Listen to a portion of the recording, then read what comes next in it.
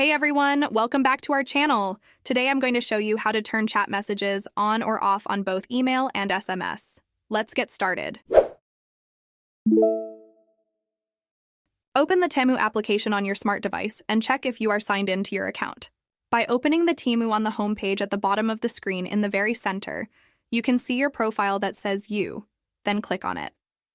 Then, on the next page, look for the Messages option in the drop-down menu and click on it. A new page will open where you will look for the Notifications option in the upper right corner of the screen and click on it.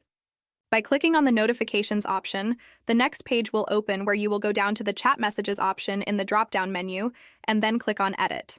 The application will open a small window where you can see at the bottom of the screen your phone number under the SMS option and your email under the email option. It is up to you to decide whether you want to turn off or turn on the option to receive notifications via SMS and email. And that's all. By following these simple steps, you can easily manage chat message notifications for both email and SMS. It's a great way to customize your communication preferences and keep control of your notifications. If you found this guide useful, give it a thumbs up and don't forget to subscribe to our channel for more tech tips and tutorials. Thanks for watching and see you in the next video.